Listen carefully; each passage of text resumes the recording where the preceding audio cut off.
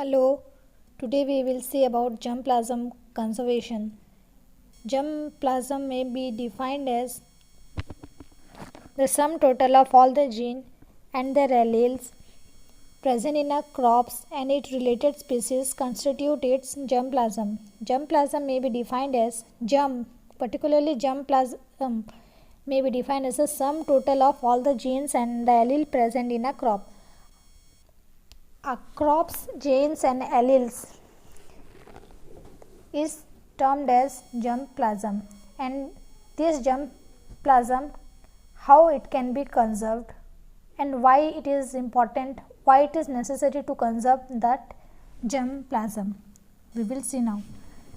Coming to the second point, germplasm refer to the hereditary material which is transmitted to the offspring through the germ cell.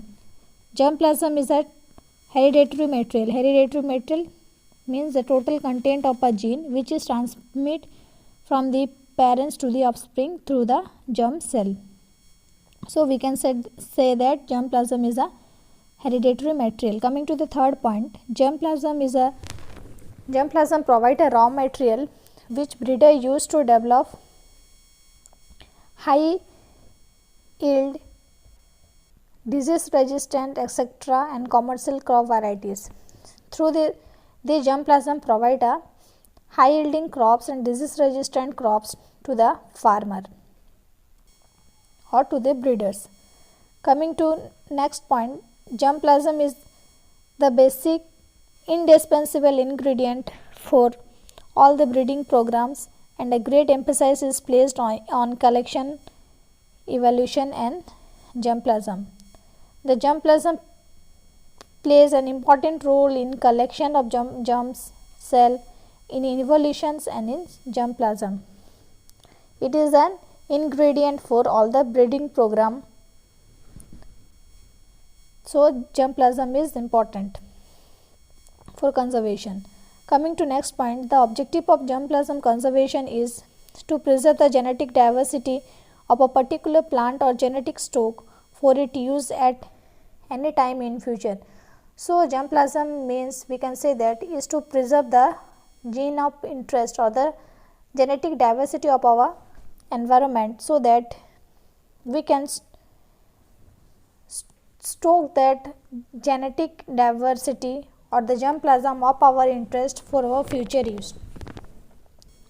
Coming to next point, in recent year many new plant species with desired and improved characteristics have been replacing the primitive and conventionally used agriculture plants.